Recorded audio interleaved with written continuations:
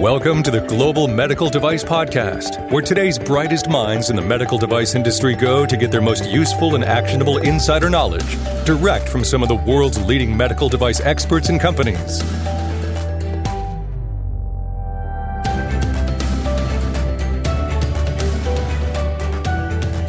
On this episode of the Global Medical Device Podcast, I catch up with Mike Drues. Mike is with Vascular Sciences and a familiar voice and guest on the Global Medical Device Podcast, as well as numerous webinars that you can find in Greenlight Guru resources page, so check those out.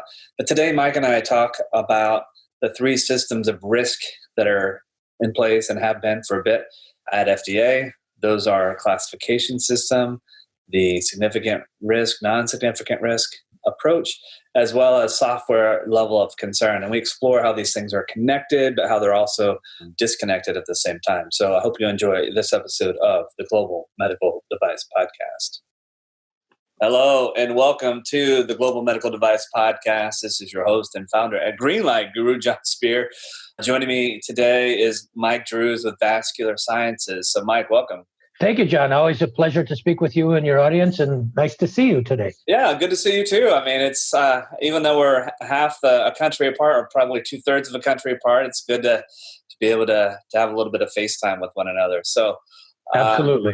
So today, you and I were chatting the other day, and we talked a little bit about the systems of risk, I guess, if you will, that are in place and have been for a bit within FDA. And I guess to kind of start the conversation, those systems of risk would be how a device is classified, the significant risk, non-significant risk, and then if you have software, then it would be a software level of concern. So Mike, maybe take a little bit of a moment and kind of set the stage and talk a little bit about how, risk is handled from an FDA perspective, of course, elaborating a bit on each of those different systems. Yeah, great question, John. And as always, thanks for the opportunity to talk about this very important topic with you and your audience. Obviously, you and I are both into risk in many ways. And just as a reminder for our audience, I happen to be a subject matter expert for FDA in a few different areas, one of them being risk. And what I find it interesting, John, is that a lot of people don't realize that actually here in the United States, we have three completely separate and distinct systems for dealing with risk. The Right. first system that you just mentioned, the classification system, most of our audience is probably familiar with, class 1, class 2, class 3. Theoretically, the classification of your medical device depends on risk. But in other words, the higher the class, the higher the risk, the lower the class, the lower the risk. But I say that theoretically, John, because that's what every regulatory textbook says, and that's what virtually every regulatory professional says. But there's two caveats to that. First is risk is a very, very broad subject, as you and I have talked about before. That's point number one. And point number two, there are a ton of exceptions. Yeah. A ton of exceptions. And for those in the audience that might be interested, John, just a few months ago, I did a webinar for Greenlight on classification. So for those that are interested, take a look at that webinar because I take a deep dive into that. Yeah, so, and we'll provide a link to that webinar for the show notes that are accompanying this. So absolutely, it was fantastic. I love that webinar. It was one of my favorites. Thank you. Thank you. Appreciate that, John. Very, very kind of you to say. So the first system that we use to deal with risk is the classification system, class 1, class 2, class 3. By the way, one other quick point to note, not to go off on too many different tangents here, but we're limiting our discussion here to the United States. Yeah. Because in other places in the world, we use what seems to be a similar classification system. In other words, a numerical classification system in EU or Japan or Canada or whatever. But suffice it to say that those classification numbers or levels do not transpond in a linear fashion. So in other words, so like class 2 in US may or may not translate to a class 2A or 2B in the EU. They're just Correct. Similar systems, but different rules, if you will, to determine that classification. Well, the way I like to describe it, John, and again, this is a topic for a completely different discussion, but the classification system here in the US and the classification system in the EU or elsewhere in the world, although we still use numerical class 1, class 2, and so on, they are philosophically different from one another. Right. And there's no easy conversion factor to go from one to another, like from Fahrenheit to centigrade or something like that. So anyway, so the first classification system that we use here in the US is class 1, class 2, class 3. The second, as you just mentioned, John, is the significant versus non-significant risk system. And we can talk more about that in a moment, but that's primarily important when we get into clinical trials. Mm-hmm. What medical devices are what we call IDE exempt, meaning that you do not need investigational device exemption. You do not need to go to the FDA before beginning a clinical trial, although we could, John, I almost always do anyway, versus a significant risk device where an IDE would be required and you would need to go to the FDA before you do a clinical trial. Right. And again, I want to emphasize this point quite strongly, John, because I see a lot of people, they don't get this. There is no simple conversion factor between the class 1, class 2, class 3 system versus the significant and non-significant risk system. It's not like converting from ounces to grams or Fahrenheit to Celsius. Just because something is class 1, class 2, or class 3 doesn't imply anything about whether it's significant or non-significant risk and vice versa. Mm-hmm. And then the third system that we use for risk here in the US, as you mentioned, John, is the software classification system, the software level of concern, if you will. And the reason why that is important in a pragmatic sense is because that will determine what level of documentation that we're going to need in our software development and that type of thing. So those are the three systems that we use for handling risk here in the US, John. How would you like to further peel back this onion? Well, I mean, it is really interesting that to the layperson, you would think that there might be a correlation or relationship between the classification, the SR, NSR, and significant risk, non-significant risk, or software level of concern. Obviously, these have had sort of different origins, or they've sort of evolved over time at different points in time. But do you think with that each of these has importance as far as a system of risk that, I mean, why do we need three different methods? Why can't we just have one? Well, indeed, that's a good question, John. And I think you probably realize who you're asking that question to, because risk is obviously a very important topic. On one hand, I think it's a topic that is tremendously misunderstood. The number of people that have a gross oversimplified view of the topic of risk is just amazing to me in this industry. And yet, on the other hand, as you just pointed out, John, we have these three systems of risk. So it kind of begs the question, are we really, in certain ways, making this a heck of a lot more complicated than it needs to be? And I'll be honest with you, John, as an SME for FDA in risk, I think with regard to that latter question, we are definitely making it more complicated than it needs to be. I don't want to go so far as to say that these three systems are totally unrelated to one another. But what I like to say, John, is they're independent, but they're also interdependent on one another. In other words, clearly there's a relationship, but it's not a simple relationship. As I've said before, it's not just a matter of converting from one form of temperature scale to another form of temperature scale. There's a lot more to it than that, but maybe it would help, John, if we go into these systems perhaps a little bit more detail, and that might help illustrate. Sure. So, let's dive into the classification side of things a little bit further. And I'll a recent conversation I've had with someone is they have a novel, unique product or device. If you look at the classification system, there is no regulatory or regulation for this unique novel product. There is no product code. So by default, that would make it a class 3 product, which class 3 would imply highest risk from a classification point of view.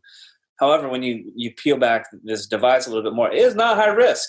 It's super low risk. So that's where it's like, what's going on? But obviously, we get into like de novo and things like that, where, a de novo is sort of a way, I think, that one can use, this novel, unique approach from a product perspective as a way to say, hey, yeah, I get it's class 3, but really it should be treated from a risk perspective more like a class 2. So maybe that's a good way a foray to start to peel back some of the nuances of classification. Sure. So obviously, John, you point out something, quite correct, and that is the default classification for any new medical device is class 3, which basically means we set the bar at the highest possible level. And when you think about it, Jon, that should make perfect sense, I hope, to everybody working in this industry, because if it's a new device, that means it's not obviously well established. We don't know what the risks and benefits and so on. So it makes sense to set it at the high level, right, as we can. Right. But I'll use the example that I used in my de novo webinar, Jon, that I did for Greenlight, I think a few years ago now. Let's consider a Band-Aid. Today, Band-Aids are ubiquitous, but back in the day, there were no Band-Aids. So if we were bringing a Band-Aid onto the market for a very, very first time, there were no Band-Aids on the market before, what class would that Band-Aid be, Jon? Well, it would be class 3. It would be class 3, absolutely. But it should not take an MD or a PhD or an RAC after somebody's name to appreciate that, gee, maybe it doesn't make a lot of sense to treat a Band-Aid as other class 3 devices like an artificial heart. And so that's the essence of the de novo, Jon. We go into the FDA and we say it doesn't make sense to treat our Band-Aid as an artificial heart. It should be class 2 and here's why, or class 1 and here's why.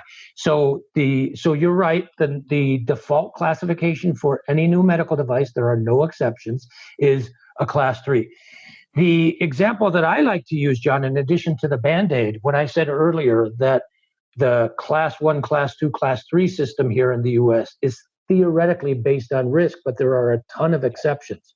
Let me give you just one of my favorite exceptions. The class 2 universe is a very, very broad universe. In fact, about 55% of all medical devices fall into this layer of class 2. In there, we find things like powered wheelchairs and imaging systems and so on. But we also, and we find hospital beds. Believe it or not, Jon, a hospital bed is a class 2 medical device. But we also, in that same class 2 universe, we find pacing leads.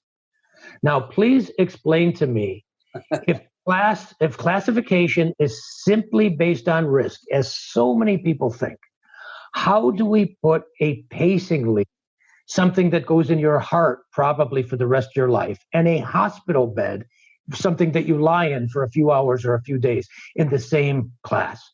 There is no logic, certainly no logic based on engineering or biology to explain that. The only regulatory logic, and in my opinion, Jon, it's very, very weak regulatory logic. Mm-hmm. The only regulatory logic to explain it is that oftentimes in regulation, we do things not because they make sense, but because that's the way we've done them in the past. And that's how pacing leads were regulated in the past prior to 1976, and they were grandfathered in. So the point that I'm trying to make, Jon, is very simple. Yes, the classification system, class 1, class 2, class 3, is based on risk. That is a factually correct statement. However, it is a grossly oversimplified statement of the classification system. Does that make sense, Jon? It does, yeah, for sure. And I guess to kind of take your Band-Aid example and moving into like significant risk, non-significant risk, I mean, okay, brand new, again, we're going back, imagine it doesn't exist. So brand new, class 3 from a risk perspective, from a classification, but clearly from a significant risk, non-significant risk perspective, from a clinical, like if we wanted to do some sort of clinical trial or something of that nature, knowing how it's used is like, okay, how would you determine the risk there associated with a bandage that had never been used before? So you know what, Jon, let's take that Band-Aid example a step further. Okay. Right. You know, Jon, we've talked about many times, I don't want to be the regulatory police. I never want to tell a company what they cannot do. Instead, I focus on telling them what they can do. And there's no better example of that than when it comes to labeling. So oftentimes, you know, a regulatory person will say to a company, oh, you can't say this, you can't say that. I say to a company, no. You can say anything that you want as long as you can prove it. Right. So if you want to make the claim that your new medical device cures cancer and regrows missing limbs, wonderful. I say no problem. But the first thing that you need to do is to convince me, never mind as a regulatory consultant, Jon, but as a biomedical engineer, how do you prove that? How do you support that? So coming back to the Band-Aid, let's say, hypothetically speaking, that we kick up the claims on the Band-Aid. Let's say that I want to bring a Band-Aid onto the market for an indication of cancer. In other words, put this Band-Aid on and it will treat your cancer in some way. Well, if I were to do that, I pretty much can just about guarantee that your Band-Aid will now likely become a class 3 device.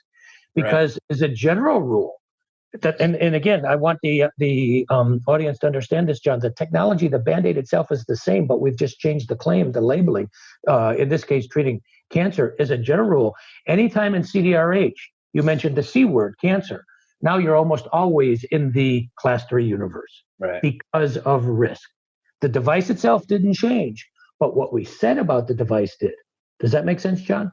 It does, and I guess like the cancer curing Band-Aid, if we wanted to do a clinical investigation on this, is that significant risk or not significant risk?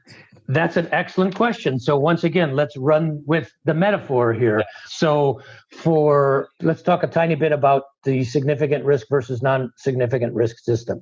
First of all, the determination of significant or non-significant risk is not up to the FDA. It's not even up to your IRB, to your institutional review board. It's up to the company. Right. Is that I think it's confusing, Mike? I think a lot of people get tripped up on this. So folks, tune in, pay attention right now to what Mike's about to share, because I think this is really important. Well, thank you, John. And by the way, we did a podcast some time ago where we did a much deeper dive into significant and non-significant risk. So maybe we can put that as a reference for the audience as well. But as I started to say, the determination is not up to the FDA or the IRB. Determination is up to the company. Is that like putting the fox in charge of the henhouse? Absolutely, no question about it. But that's exactly what the regulation says. So using that Band-Aid example with the kicked up labeling of the cancer claim, now most likely you would turn that Band-Aid, which before was, I'm sure, a non-significant risk device, to a significant risk device, which means that you would likely have to go to the FDA for an IDE before you begin your clinical trial. But let me make another point about the strategy of the significant versus non-significant risk device. As I said, John, earlier, if you have a device that is a legitimate non-significant risk, NSR device, you have no obligation to go to the FDA before you begin your clinical trial. In spite of that, I almost always advise my customers, go to the FDA anyway, usually in the form of a pre-sub, even though you're not required to. Any speculation as to why you think I give that advice, John? Well, why would I encourage a company to go to the FDA to bring them their clinical trial when they're not required to do so? Well, I think there's a couple of things from my perspective. And you mentioned, is this the fox guarding the henhouse? I mean, sort of. However, I think it's good to have, going to the FDA in the form of a pre-submission. It's a communication means. It's like, hey, Mr. and Mrs. FDA person, I'm doing this product where we've gone through a decision tree. We've determined it NSR. Here's the rationale as to why we're planning to do a clinical study, with this number of patients. It's a great way to communicate. That way, FDA has that opportunity to say, whoa, wait a minute, med device company, explain further what you mean by this, or hey, maybe we're not so sure about that. I just think it's a great way to communicate. I agree with you, John. And that, in fact, is the first problem that I'm trying to avoid, which is what you just described. And that is make sure that the FDA sees it the same way that I do, specifically that it's not a significant risk. In other words, it is possible, and I've seen this happen before, where the company determines that their device is NSR. They get an IRB to agree that this is NSR. They do the clinical trial. They submit to the FDA, and FDA says, gee, we don't know what you all are smoking. You must be smoking your socks. We don't see this as NSR. And now you're in a whole set of big problems, right? So that's problem number one. The second problem, which is even more common, and I see this happen to some of the largest medical device companies on earth. And when this happens, I just laugh. It's just such an elementary school mistake. A company does a clinical trial for an NSR device. They don't take it to the FDA first because they're not required to. They collect a certain amount of information. They submit that to the FDA, and then the FDA turns around and says, gee, we would like to see these additional pieces of information, these additional clinical endpoints. And now the company has to do a whole clinical trial over again to collect this information. John, can you say ka-ching, ka-ching, ka-ching? It is amazing to me how frequently this happens. And I just laugh because it is such an elementary school mistake that you can greatly mitigate, if not completely eliminate, by, as you just suggested, John, communicating with the FDA in advance. Even though you're not required to, in most cases, when I'm working on an NSR device, I still do it anyway in the form of a pre-sub. It's so smart. I mean, a pre-sub, it's not free as far as the time, effort, and energy that goes into it. But in the grand scheme of things, it's minimal, especially considering the negative ramifications. If you didn't, correct, you have to go back and do a new study. That's, like you said, ka-ching, ka-ching, ka-ching. So. Correct. Well, you and I have talked about pre-subs many, many times, John. And even though there are some limitations and some challenges, I'm a huge fan of the pre-sub process. Yeah, for sure. And you said that there's no cost associated with it. You're right. There's no cost in terms of an FDA user fee, although give Congress a little time. I'm sure they'll add one. But the way I look at it, John, is it's cheap insurance. Yeah. In other words, how many delays and problems can you avoid later on by taking it to the FDA in advance? So the significant versus non-significant risk determination is one of many reasons why I use a pre-sub. I know a lot of people in our industry, John, are like to have templates. I put together an NSR versus SR template that I use with my customers. It's pretty easy to do. So if people have questions on that particular determination, I'd be happy to get into it in more specifics with them. Okay, so for sure, and actually, that's a great time to take a brief pause. I want to remind folks I'm talking with Mike Drues. Mike is with Vascular Sciences. He's when it comes to creative regulatory. Yeah, I know it seems weird to maybe to use those two words in the same sentence. But creative regulatory strategy. Mike is your guy. He understands how to navigate and play this poker game. I would say probably better or than anyone, frankly, that I've come across. And he thinks about this way differently than a traditional regulatory approach, which I think is super refreshing. So Mike's a great guy to have in your corner. Speaks a lot about these, and he's mentioned a couple of the webinars and podcasts that we've done. So, you can go to the Greenlight resources page and find all sorts of different webinars and podcasts and things of that nature. He also writes and does podcasts at other places too, but if you just search for Mike Drues, Vascular Sciences, you'll get a whole library of really exciting content to consume. Talk a little bit about Greenlight Guru. Greenlight Guru, www.greenlight.guru. We are the only medical device success platform on the market today, designed specifically and only for the medical device industry by actual medical device professionals. So that's really exciting. And great news, we just launched the Greenlight Guru Academy. Basically, it's a way to take your interest and desire to learn more about certain topics that are facing you as a medical device professional, and just go a little bit further with that. We've got all sorts of free courses that are available today. Just go to www.greenlight.guru/academy and sign up for some of our courses. And we'd love to get your feedback on other courses that you might like to see in the Academy going forward. So, all right, Mike, so the last system, getting back into the conversation, the last system that we can peel back and dive a little bit deeper is the software level of concern. I'm trying to imagine, or I was trying to think about how to take the Band-Aid, the beefed up Band-Aid example maybe a little bit further. But I suppose you could put a little chip on it, and it sure. Sending data to my smartphone about surface temperature, whatever the case may be. So how does software level of concern? What are the pros and cons, the good, the bad about this as a different system of risk?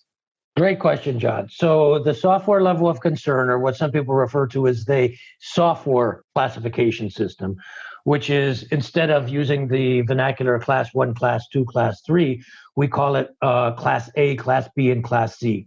There are 3 questions, if you will, that go into helping to determine your software level concern. And by the way, back to the SR versus NSR discussion for a moment, there are 4 questions that will determine whether your device is significant risk or non-significant risk. In software, there are 3. Class A is basically if your software has no possibility, no chance of causing injury or damage to health. No possibility whatsoever. As you can imagine, John, that is a very high place to set the bar.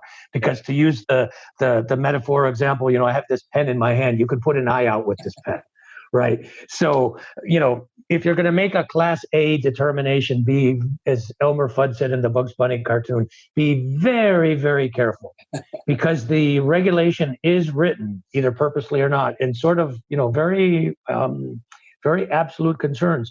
No injury or damage to health is possible. That's a very high place to set the bar.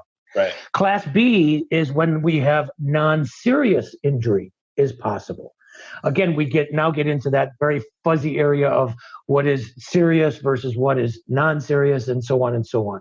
And finally, we get to Class C, where either serious injury or death is possible. So theoretically, just like we talked about earlier with Class 1, Class 2, Class 3, the higher the risk, the higher the class. Similarly, Class A, B, and C for software, the higher the risk, the higher the software class. But just like in the Class 1, 2, 3 world, it's not nearly so simple. As I said earlier, John, and I would love to hear your thoughts on this, unlike classification in the 1, 2, 3 sense of the word, which will determine, among other things, how much regulation are you subject to, whether it's just general controls or general plus specific controls, or beyond that for Class 3. In the software world, Class A, Class B, Class C, what I tell my customers is it primarily dictates the level of documentation that you need, especially on the quality side of your development. Not so much on the regulatory, but on the quality side.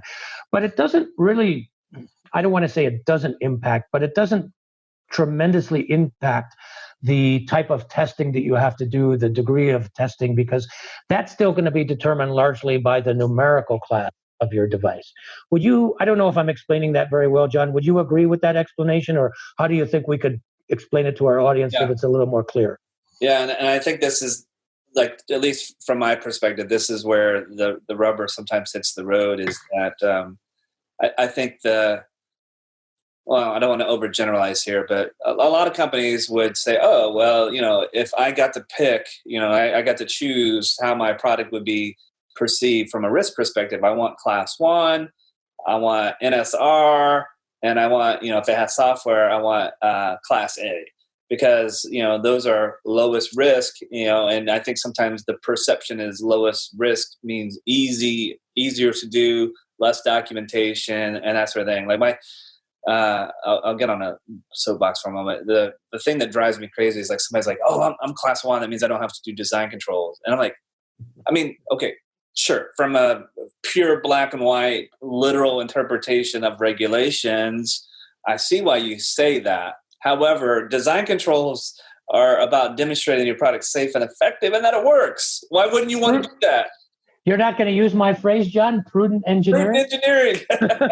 But I think this is the game that sometimes people they see it as a game, and I think they get trapped. Because there's this perception, oh, if I'm this or that, then that means I have to do more work or less work. And it's just, I think that's a slippery slope. Well, I agree with you, John, and not to go, too far into design controls, because you and I have talked about that many times before as well. But let me give a quick example of how there is no simple conversion factor between, say, Class 1, Class 2, Class 3 versus Class A, B, and C for software, right? So it is definitely possible, and I can think of one or two devices off the top of my head that are Class 1 exempt, which basically means they're still regulated by the FDA, but they're regulated at the lowest possible level. The only thing lower than that, if for those in the audience that have watched either my webinar on classification or my webinar on pathways to market, I present my medical device pyramid, right, where we have Class 3 at the top of the pyramid, Class 2 below that, Class 1 below that. And at the bottom of the pyramid, John, do you remember what's below Class 1? I do. It's class 0, which is an unofficial designation, but it makes a lot of sense because there's a lot of products that are, they're sort of ambiguous. They are medical devices in some respect, but not necessarily from a classification. Correct. So it's what I call Class 0. FDA does not use that terminology, but it's what I call Class 0, or better known as the wellness devices. So going back to the example that I just was going to share a moment ago, we can have a Class 1 exempt device, which basically means that it's regulated at the lowest level by the FDA. The only thing less than that is a wellness device, which is not regulated at all. But that class 1 exempt device, if it's an electronic device that has software, it could have software that's regulated at as a class C software. In other words, the highest risk of the software and yet the lowest risk of the device. And the explanation, and again, this is a topic I think of a much more advanced discussion, John, but the explanation at a certain level was fairly simple. It could be that the class 1 exempt device is indicated for a very, very simple condition, a very kind of benign, class 1 exempt, level condition. However, if the software fails, the level of risk could cause serious harm or possibly even death to the patient. Right. So it's a perfect example of, at least in my view, John, there is no simple conversion factor between the two. Many people would assume that if a device is class 1 exempt, or maybe even class 2, that it must be a non-significant risk device. It doesn't necessarily have to be. It could be a significant risk device. And they would assume that it must be on the software side class A. Right. Or possibly class B, and definitely not class C. But you know what they say about making assumptions, John. So just be, as Elmer Fudd said, just be very, very careful. And speaking of templates, I do have a template that I give to my customers that help with the software classification determination as well. Yeah, and so maybe a good way to kind of getting back to the why are there the three systems? I guess, my way of interpreting it is each of the system has a different purpose when it comes down to it. Where the classification is more about, okay, this is dictates or is a determining factor in what I need to prepare and submit to FDA in order to make my case for getting clearance or approval or whatever the case may be. Whereas the NSR, SR, as we've talked about, is really more about pre-approval or pre-market clinical use, or I guess you could even do post-market even as well, but about risk from a clinical perspective. Whereas software level of concern obviously is I don't know, I guess it's its own beast a little bit too, just from what do I need to do as a software developer from that perspective. But it is confusing because I think a lot of times I, as med device professional, I want to lump all these things into one bucket, but they're really three separate buckets. Well, I would agree with you, John, that each of these systems that we're talking about today, they do serve a different purpose. They do approach risk from a slightly different perspective. But here's my, instead of asking the question, do we need these three systems? Because in my opinion, we don't. I think it's definitely possible to integrate all three into one. However, I think the classification system that we have, the class 1, class 2, class 3, is as I think I said earlier, is a gross oversimplification. In other words, I don't know if you would agree or disagree with me, John, but I think today, especially in 2021, for us only to have three levels of classification is just nuts. Where you use the three buckets, and I'm a big fan of the three buckets, but those three buckets are way too big. Yeah. I think we need to have maybe, I don't want to have 100 buckets, but maybe 6 smaller buckets than 3 big buckets. And in a sense, John, you mentioned this. I mean, if you start to look at classification and, you got 3 choices and you got NSR, SR, you have 2 choices. I'm not a math. It's been math, but I think this is right. So I've got 2 choices there. And then from software level of concern, if that's applicable, I have 3. So you got to do the multiplication, John. You got a lot of different perturbations there. But one last thing to mention, and then I think we can start to wrap this up. You mentioned very quickly at the beginning of our discussion, FDA product codes. And product codes are, in a sense, how do you want to say, the classification system on steroids. In other words, for those that are not familiar with FDA product codes, the way I like to describe it is imagine the entire medical device universe is a big pie. And in that pie, you have wheelchairs and Band-Aids and EKG monitors all the way through to totally implantable artificial hearts. And it doesn't make sense to treat them all the same. So what we do is we slice that pie up into hundreds and hundreds of different smaller slices. Yeah. And each of those slices will contain devices that are similar to one another all the wheelchairs will be together, all the artificial hearts will be together, all the different kinds of catheters and so on will be together. And we assign each one of those a product code. So for classification, I'm not suggesting that we go quite that far in terms of having the number of product codes, but I just think we're oversimplifying this risk system and the classification system. So just, throwing out as a topic of discussion, instead of having 3 classes, class 1, class 2, class 3, we may have 5 or 6, and we lump into it the SR versus NSR system, right, such that, for example, any devices that are, again, I'm going to just make up a number here, are say class 3 or less, you will be IDE exempt. Right. And any devices that are class 4 or more, you will be IDE non-exempt. And depending on the class, that will determine your software level of concern as well. Sure. The point is, I think that these can be consolidated, and much more importantly, I think we can define them better in terms of engineering and biology, as opposed to regulatory and quality terms, which I think is what the emphasis should be here, John.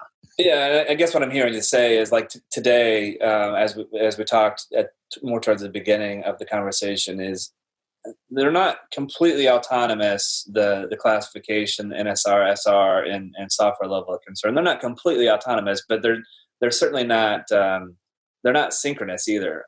So they're independent. They're independent, but they're also interdependent, right, on one another.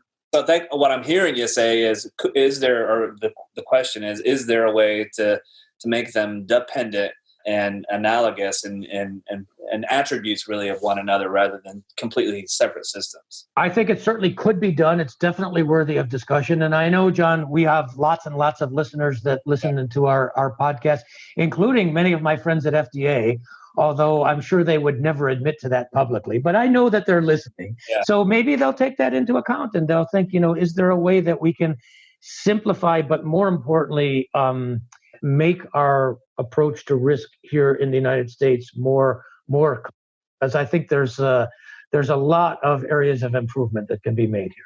For sure. All right. Any other final thoughts on the topic of systems of risk that FDA uses before we call it a wrap today? Yeah. So just to wrap up, be aware of the different systems of risk. Obviously, most people are already aware of class 1, class 2, class 3, but that's not the only one.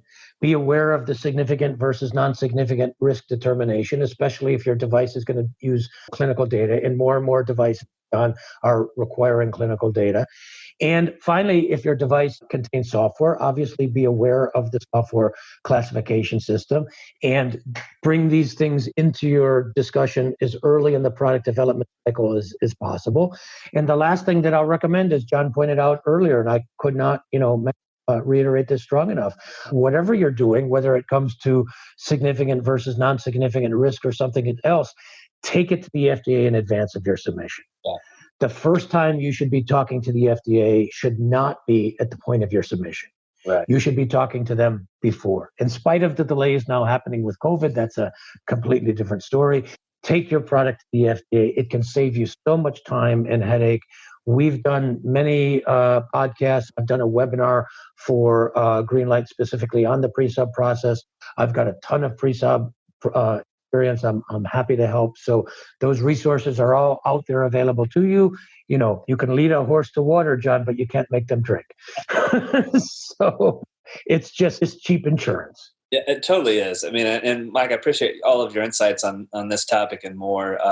Folks, if you've been listening to the Global Medical Device Podcast for any period of time, you've heard the sage wisdom and advice from Mike Drues, and I'll repeat what I said a moment ago. He's the best in the business when it comes to creative regulatory strategy and being able to navigate all these twists and turns. So definitely a guy that you want in your corner. Reach out to him. He'd be happy to have a conversation with you. And again, Greenlight Guru, we're also here to help with our medical device success platform, help you manage design controls and risk and document management and all those quality events that may, hopefully never, but may come up at some point in time during your product lifecycle journey. Go to www.greenlight.group to learn more about the Medical Device Success Platform. And as always, thank you so much for being loyal listeners of the Global Medical Device Podcast, the number one podcast in the medical device industry today. Continue to spread the word to your friends and family and colleagues and so on and so forth. As always, this is your host and founder at Greenlight Group, Jon Speer, and you have been listening to the Global Medical Device Podcast.